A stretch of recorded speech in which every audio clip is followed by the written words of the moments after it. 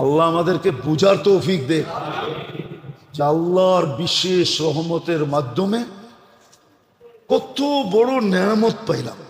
আপনি কি চান যে তিনজন আপনার বিরুদ্ধে একমত হয়ে যায়? চান?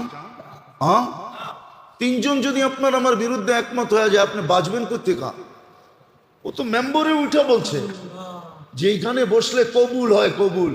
এই মেম্বার মামুলি মেম্বার না, এই মেম্বার এটা মামুলি না।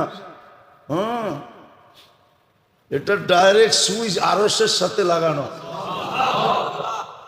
অনেকে ভাবে যে এই মেম্বার থেকে চিল্লায় কি হবে, না, এই মেম্বার থেকে চিল্লায়া কি হবে ওটা আপনি বুঝবেন না, হওয়ার পরেই বোঝা যায়। যতক্ষণ পর্যন্ত না হয় ততক্ষণ পর্যন্ত ডাক্তারও চিন্তায় থাকে আসলে বাচ্চা না বাতাস। মনে হয় বোঝেন না, আসলে বাতাস না বাতাসও তো পেট ফোড়ে, ঠিক না? হ্যাঁ, ডাক্তারও চিন্তায় থাকে। এই জন্যই তো 1 মাস পর পর চেক আপ করে।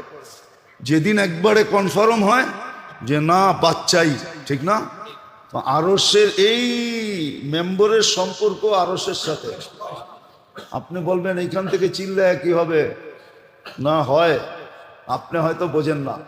এটাও আল্লাহ সাত্তারি করছে, এটাও আল্লাহ সাত্তারি, বোঝেন? লুকায় রাখছে, লুকায়। নাইলে তো আপনারা আমার ঘরে কবে সাইজ করে দিতেন। আল্লাহ লুকায় রাখছে। এইখান থেকে যে হয় এটা বুঝতে দেয় না, আসলে এইখান থেকেই হয়। তো যেটা বুঝাইতেছিলাম, আল্লাহর বিশেষ রহমতের মাধ্যমে সবচেয়ে বড় নেয়ামত আপনাকে আমাকে পাওয়ায় দিয়েছিলেন রমজান। কিন্তু চিন্তার বিষয়, আমি নিলাম কতটুকু, করলাম কতটুকু,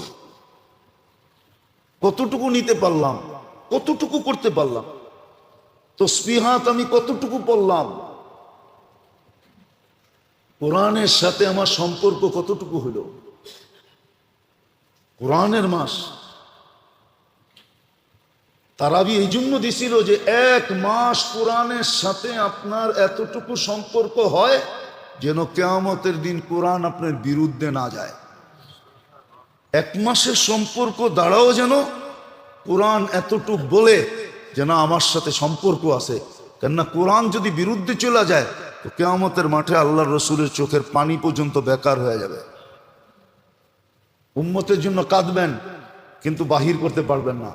আল্লাহ বলবে কেন? বলছে কোরআন বিরুদ্ধে চলে গেছে।